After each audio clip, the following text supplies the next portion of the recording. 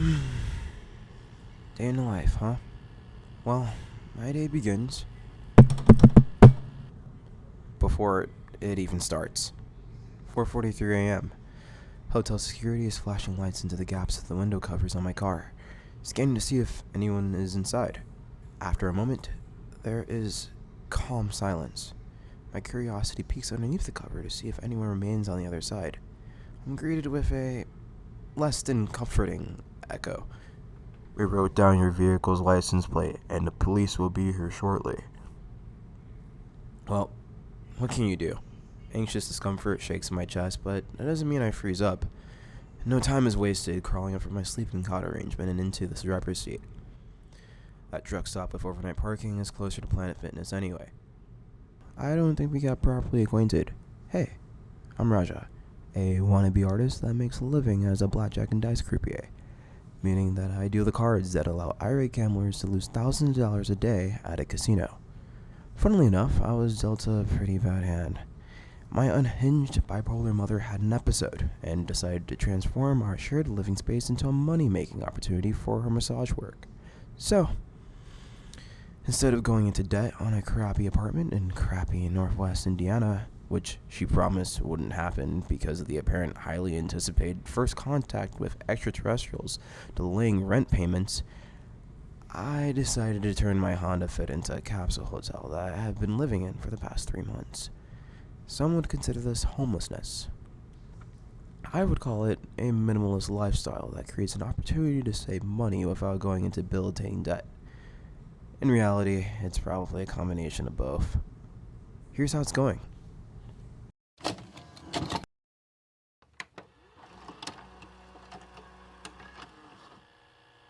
1:45 p.m. Location, Truckstop near Planet Fitness.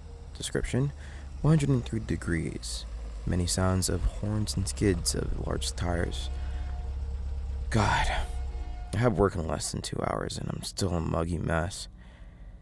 A few alarms and the heat of the morning sun tried getting me up earlier, but extended REM sleep is really persuasive after what happened last night.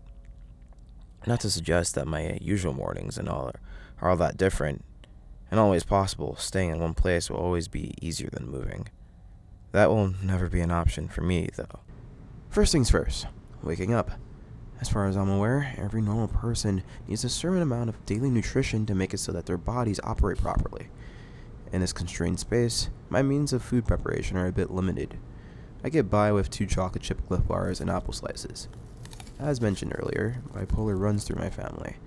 I'm not clinically diagnosed, but can demonstrate many of the incredibly fun, manic, and depressive symptoms. Last year, I researched what my options were for medication that wouldn't have the body-altering effects of SSRIs. What I found was CDP-choline, N-acetylcysteine, and a bunch of other cognitive-enhancing supplements like magnesium and omega-3 fish oil.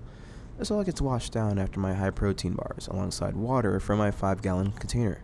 Refreshed, I grab my backpack filled with clean clothes and hygiene products. Hopefully including fresh underwear. 30 p.m. Location, Planet Fitness. 2010 pop and alternative music blast from the speakers. Description, there are nannies on treadmills and fringe tipper-fade gym bros benching double their body weight. When I speed walk in, things proceed as usual. Rinse and wash with the lavender Dr. Bronner's in my backpack, which is what I would say if I didn't accidentally forget my Dr. Bronner's 2 weeks ago at a random Planet Fitness in Chicago. Oops. So, I used my vanilla shea butter fragrance shampoo instead. Not so bad, I mean, the label says skin hydrating, so maybe this is nothing but pure win. And look, this shower seems to be capable of running water hotter than room temperature. Yep, pure win indeed. No time to really slow down and enjoy it here though. After drying up in my personal towel, it's onto the gym floor to get my quick stretches and brief exercise done. Push-ups, pull-ups, hamstring stretches, all the stuff you probably do to prevent your back from twisting into knots that could hang the weary. Snap, crackle, pop. Awesome, folks. We're clean, changed, and ready to move through the day, and we still have oh god, it's 3:10, meaning I have less than 20 minutes to haul ass to the casino before my shift starts. Nothing new to me, though. I roll the windows down, blast my Spotify Discover Weekly, and push it. Expressway. Traffic is thin enough that I can cut seamlessly to my exits and move out of the lanes held up by slower vehicles. All to arrive into the parking lot 3 minutes before being considered quote-unquote late. 3:27 p.m. Location, casino. Description, a massive building stands, towering a beautiful shore of water. Seagulls crowd around the neighboring highway and parking lot. The striking image of awe and spectacle would have failed to make you consider the idea of manipulative evil existing anywhere near a place like this. Well, if it does, and I'm not sure how much I help. Jetting out of the car straight to the team member entrance and into the clock-in area would be what I would usually do, but I precede that with grabbing my low battery power station, since I, unfortunately, need to charge it. Worst case scenario, I'd rather be a little late than accidentally sleep in tomorrow morning because there was no phone charge enough to wake me up via alarm or be prepared for daily driving navigation. You roll with the punches. Anyways, you have no idea how much of a maniac I look while running into this place. On many levels, the average dealer, or hell, normal person, doesn't move around enough to do this sort of thing, even if they wanted to. It's also a formal dress wear job where relaxed demeanor is considered to be part of the uniform. Speaking of uniform, after dropping the power station off in my locker, I grab and dress up in mine while inching toward the clock-in area. The high-collar black Oxford and apron just go over my normal shirt and black pants. Never takes long. Many a footstep, corner check to not accidentally walk into a custodian cleaning the hall, many a buttons buttoned in. Clock-in time is 3:30 p.m. Late by all measures, intents and purposes, yada yada. Guilt pillows up in my stomach, but it could be worse. Well, I find worse. Or rather, worse finds me. Pencil, or the person who designates table game employees, me, says that I am actually suiting up and supervising a pit today. He's one of the funnier and quirkier ones, so this all gets delivered to me armed with a massive grin and raised eyebrows. Gotta spend more time jumping into that blazer and dress shirt that I keep in my locker. It's alright though, I've gotten pretty good at this part. 3:33 p.m. Location, casino, baccarat pit. Description, a quick look around will show you oriental decorations on the wall and casino tables enjoyed primarily by those of Chinese, Korean, Filipino, and Japanese ethnicity. In smaller equal parts, white, black, and Hispanic people. Some awesome nearby food outlet chili oil fills the air, and a lot of not so awesome cigarette smoke pollutes what would have been great by itself. Baccarat is an interesting game. The origins are Italian, being brought to France after the Italian Wars sometime in the 15th century. However, much of the modern player base is Asian, and marketing is usually tailored around that aspect. And hey, it's really sweet to see Chinese grandmas cutely walk around here. Until you realize they've been kind of programmed into spending all of the given free time on what is essentially house-edge coin flips eating their retirement funds. Watching that happen isn't the full extent of my job right now, though. Supervising a collection of table games, or otherwise known as flooring a pit, involves a bit more than that. Like observing dealers on their individual games to make sure that payouts are accurate, or that mechanical rules of each game are obeyed. Sometimes real troubled folks buy in more than $10,000, and you have to give the gambler a W-9 tax form to fill out. Sometimes people try and wring the neck of their fellow gambler or stir up beef with a dealer, and police have to get involved to haul them out. But most of the time, it's just making sure we know where our cash flow is, while being sure our guests and team members alike at least believe that they're having a good time. Today is one of those days. The people are a volatile aspect of the job, but I think nowadays are the part I enjoy the most. Took quite a while. A long way has come since being a nerdy homeschool kid. Best parts of my day now include clearing the confusion newer dealers have while learning the ropes, or using my bad Chinese on guests who could somehow understand it. Huang Sheng Hao, Xi Xi Ni, Wo Di Min Su Shi Raja. I still mostly prefer keeping to myself during downtime. However, communication is the only art that I get to appreciate engaging in while on the floor. Sure, things can get busy and loud, but I normally enjoy it enough to not realize whenever my break time begins. Oh man, which is apparently right now. Cool, I guess I was getting kind of hungry. 7:30 p.m. Location, casino, break room. Description: a quiet, sterile-looking room that resembles a high school cafeteria. Kind of the opposite of the casino floor, but trust, this is well appreciated. The casino is a confusing maze, and usually I only have 20 minutes to work with. An optimized use of time involves marching through the shortcut that the slot attendants and other departments use. Supervisors get 30 minutes off time, but muscle memory defines the choice here. Before I forget, I plug up my power station so that I'll be back to full by the end of my shift. That out of the way, I get in line for a spring mix salad with some miscellaneous protein on top of it. Today's option is fish. It doesn't really look like fish. May I have 2, please? The meat has a big texture and no real discernible flavor profile. My ranch dressing overpowers everything on the plate. There are a lot of days where I miss making rice balls and sushi for my lunches, but I'm so grateful that I get meals for free in this given situation. Many quad dwellers have jobs, but I'm certainly one of the lucky few that has one that feeds you once per shift. Additional meals are a $5 payroll deduction, which is hardly a cost to keep a full stomach. Rest of my downtime is spent with my over-ear headphones plugged in, listening to Boxcar Racer and Sunny Day Real Estate. Great background music for cramming in some small little Chinese practice. 7:56 p.m. rolls in, and that means that this Bunpo speech lesson will probably have to continue in 2 hours. Before I can put the headphones away, trouble finds me again.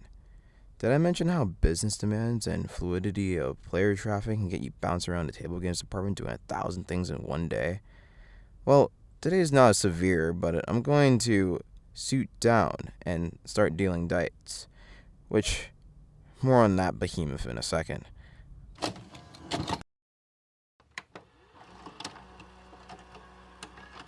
8:07 p.m. Location, casino, dice pit. Description: you can forget that tranquil sense of calm and peace from back in the break room. Dice is the loudest part of the pit in any house. Gamblers cheer and scream in agony, all at the same volume. Dealers shout what sometimes sound like indecipherable long-winded statements. Each time that the dice travel airborne, the uproars of noise settle and become a silence standing to await the outcome that rolls in next. Get your sucker bets early. We've got a new shooter coming out. Craps 1187 will bet some size lows and yos. Get your bets when the dice are in the middle. Man, oh man, there's nothing better than jumping into a busy dice game after flowing a laid-back Bach pit. Actually, I could think of a few things. Maybe 10. Or maybe 40. Maybe I should stop my complaining. For the uninitiated, dice can technically be understood as a simple game. There's a shooter, or rather a person who throws the dice from one side of the table to the other.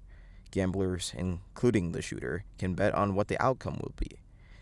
Mix this simple concept with rules designed in an abuse of statistical averages to protect the casino's bankroll, and you have a game that delivers a lifetime of adrenaline at the cost of every dollar to your name.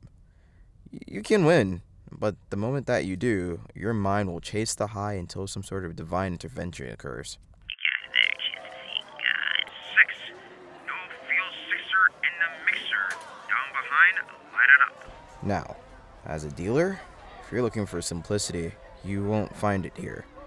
It's a rotating team game. Stickman, currently me, calling the shots, 2 base dealers performing payouts, and a supervisor box person making sure all operations proceeds accurately and smoothly. On top of dice being a fast-paced game that uses fractions to discern winning bet payouts and being filled to the brim with unintuitive mechanics, the entirety of the game is controlled via verbal statements. Think about the abstract nature of language for a second. Accents, slang, body language, Hell, sometimes people may not even be particularly adept at that given language. Go ahead, combine that with dramatic mood fluctuations and small windows for information to be exchanged.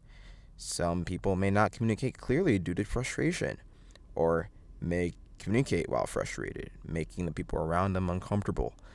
Maybe even do both in an incomplete manner because the shooter already has their dice and launched their shot list, Shooter's got him. which Fucking Raja. may have just happened. You're tired of these punk-ass kids thinking they run shit. He didn't say you were conversing a bit with a player. He clearly Fuck that. He's running me over. Wait till I get on stick and do that shit to him. So, you see that mood fluctuation and inability to communicate based on weird circumstantial context clearly extends to employees too. That isn't really the problem, though. Neither is the fact that this easily overwhelmed and particularly narcissistic, glass-ego coworker tries to bust my chops every day. Though that doesn't always feel so cool either. The real problem is that when we're short-sticked by the world, we believe that it is against us. Specifically to believe that the everyday person is against you, to a point that we convince ourselves that violent retaliation is the only solution. Such a way of thinking only closes yourself off more to the people around you. In that lifestyle, you may accidentally find like-minded individuals and will make your life feel more whole, but that way of thinking puts an expiration date on it. It's just a matter of time until you misinterpret a given action and self-evict. Whatever. Sincere apologies made. That is never what is truly desired, though. Lots of annoyingly busy time passes, and eventually I gotta break again. I'll leave the table in a strange mixture of feeling justified and also unsure if I made a mistake or not. 9:30 p.m. Location: casino. Break room. Description: the sterile colors, quiet tables, and chairs are especially refreshing after over an hour of nails on a chalkboard. Seems like the power station is almost back to full battery. Some would say 3 hours is a long charge time, but thankfully it rolls over easy when you're busy at work. I recline at a table near the back. You're forced to stand while dealing dice, so sitting down and listening to a song or two while staring at the ceiling feels like a luxury. Suddenly, I hear the employee fridge door open and close. It's a familiar face, one that belongs to a coworker near my age. One of the people that I'm closest to here. She's privy to my weird situation outside of work, but our conversations never hang around just that. We get so much fun out of just being around each other, and while just being friends, I get a warm comfort from her smile and kind brown eyes. While taking a sip of water, she parks her red ponytail onto the other side of the table, and we compare the craziness of our silly wild day, all the while riffing away with our shared strange sense of humor. You know, when I think about it, I have something in common with a typical hopelessly addicted gambler, and it's beyond the attachment to adrenaline keeping you hooked onto something that isn't good in the long term. Specifically, and to a far greater degree, I think it's the yearning for community and belonging. Ask any gambler, and they'll tell you that they come and play to make a bag. However, patterns of behavior tell a different story. So many shooters won't throw the dice by themselves for very long. The average blackjack player hates running solo. Roulette guests will watch the wheel spin forever if their friends aren't there playing alongside them. Many people get into this addiction celebrating a 21st birthday with their dad. Truth is, you can gamble anywhere. Your attachment to your peers decides on where you stay. And there are a lot of moments where I am happy where I am. However, I simultaneously also believe that there are forms of community that don't have to come with these drains on our mental health that are either intended or unintended. I believe in using my artwork to help create something like this. Specifically something that inspires others to utilize or awaken their creative skills in a way that doesn't just simply sell harmful vices to people seeking excitement in their lives. Every day on the floor reaffirms this as a mission. And, like always, once this workday wraps up, I'll do a productive session to help inch toward it. After sharing a snack bar, our break time ends and we both head back to our individual table designations. A little under 2 hours to go. 11:33 p.m. Location: casino clockout area. Description: a swarm of dealers and supervisors, mostly unrecognizable, are marching onto the floor to replace the prior shift. The dice table thankfully died down a bit toward the end there. Boredom is relief, and often leaves me more time to mentally draft ideas without needing to use my limited time outside of work. It's fun to be late, but still get your full 8 hours because the shift after yours is late too. Before it's forgotten, I nab my power station and head out with my friends before we all go to our respective cars. Time for the real part of my day to start. 12:43 a.m. Location: Truckstop. Different one this time, actually. Description: semi-trucks slowly crawl along the dark yet large open space. Every single gas pump is preoccupied. At the interior entrance, you find rows of convenience store snacks and 7-Eleven-esque ready-to-eat meals. Our home here is a small booth in the back near the expensive showers, with AC outlets and an empty desk. More than enough space for my entire laptop setup, microphone, surge protector, and assembly of device chargers. There's a full battery on my power station, but the closet-sized space of my car proves that there are far better places to get work done. In which case, 24-hour truck stops with lounge areas have really been my friend. The casino's weird schedules can constrain their employees' downtime to late nights and early mornings, and that can really affect work-life balance, even for folks who live in homes. Thankfully, in this case, that means nothing, though. Just gotta haul in my blue backpack that houses all of my different gadgets. Cannot think of something more useful than a portable office when you live out on the road. In relation to prior monologues, speaking of what I believe in, developing community, the bonds that we have with each other, realizing ourselves, and utilizing the language barrier shattering nature of artwork to create that. Well, tonight's project is going to be some work on my upcoming Discord server's animated icon. The design of it is in reflection to those values. When younger and often failed by my parents' guidance, I found everything that I wanted to be in fiction. Heroes and everyday people from film, cartoon, TV shows, and literature inspired, strengthened me to grow. And that growing requires immense discomfort which must be accepted and challenged. There is no Mona Lisa without a rough sketch that precedes the final piece.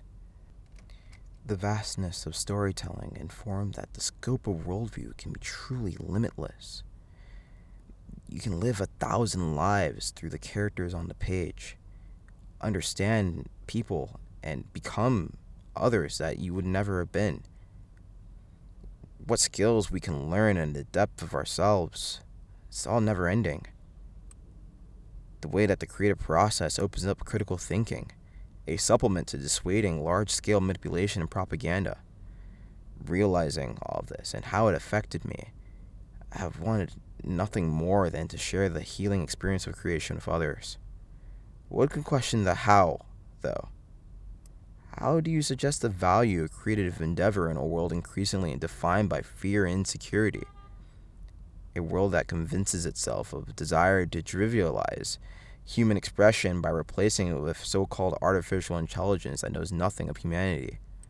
A growing world that feels alone and sees its loneliness as a defense mechanism from the harm of failed connection. You prove by example. If something works, you show that it does. Nothing happens all at once, but our efforts are not invisible. By working on everything that I believe in, the others will slowly realize that their life is more than that they've been tricked into it being. At this very moment, I am busy clicking away on my After Effects program file. The editing timeline is just an ugly sea of multicolored bars to a normal person. I remind myself, 10 frames is usually enough for a shape transformation to be registered by the eye, as objects are instructed to move across the screen. Within my hourglass logo, many pieces of media that made a younger person realize themselves sit inside the design. All of this is a shorthand for telling my story. I feel that if I continue, others will realize the value in telling theirs. If I keep on loudly molding my weaknesses into strengths, others would do more than just accept the ones that they have. I failed to mention that while I work through these nights with purpose, such as with fatigue also. Much like weight training, strength is created when routinely pushing yourself to the point of failure. It's a technique that stretches everything that you have, while slowly creating an endless reservoir of more while you don't even realize it. I have a lot planned, but you can only do so much in one night. 3:32 a.m. Location, Truckstop, but now inside the vehicle. Description: dark nights feel colder and dimmer when you're tired. Maybe the nights are just getting chillier because winter's around the corner. Semi-trucks continue to swarm and groan through the lot with no stopping. A grungy noise that feels like calm ambience. The day was very full. But good God, is it time for bed sheets and pillows? I usually know I'm getting tired when I hit a wall with patience towards slowly iterating upon details of my work. Well, we surpassed that tonight. A wise car dweller relocates their sleeping spots every night. Lately, I have been working so late at the truck stop that I can't help but sleep there routinely. Thankfully, so far there seems to be no problem. I don't want to push it, but one more night won't hurt. All that remains is setting up my window covers, blocking the view that others would have into my already tinted windows, while also keeping heat inside the car on cold nights.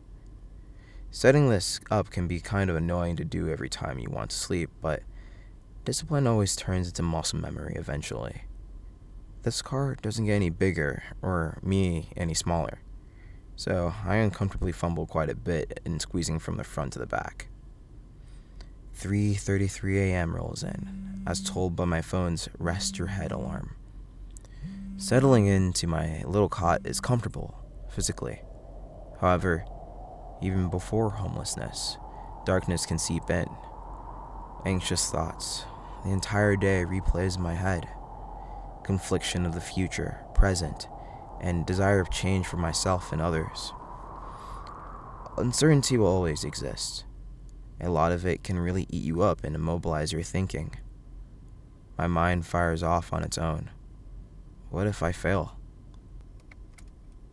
What if my circumstances and biological predispositions inhibit my ability to succeed? What if I am doomed to be alone and defined by past failures, no matter how much I work to repair them? What if, despite my efforts, I'll just end up selfish and consumed by ego like my parents? What if my ambition is just something that I will choke on rather than achieve? The feelings stab and linger, but a few truths eventually always rise out of me as I stare at my net basket overhang, filled not only with winter jackets, but also gifts and memories of those I love and am closest to, reminding me of what to trust in these nebulous, soul-crushing spirals. Insecurity feeds on both forgetfulness and a lack of information. Fight it by studying all routes forward and backwards. If you embrace discomfort with confidence, you will grow in unexpected ways every day that you are given.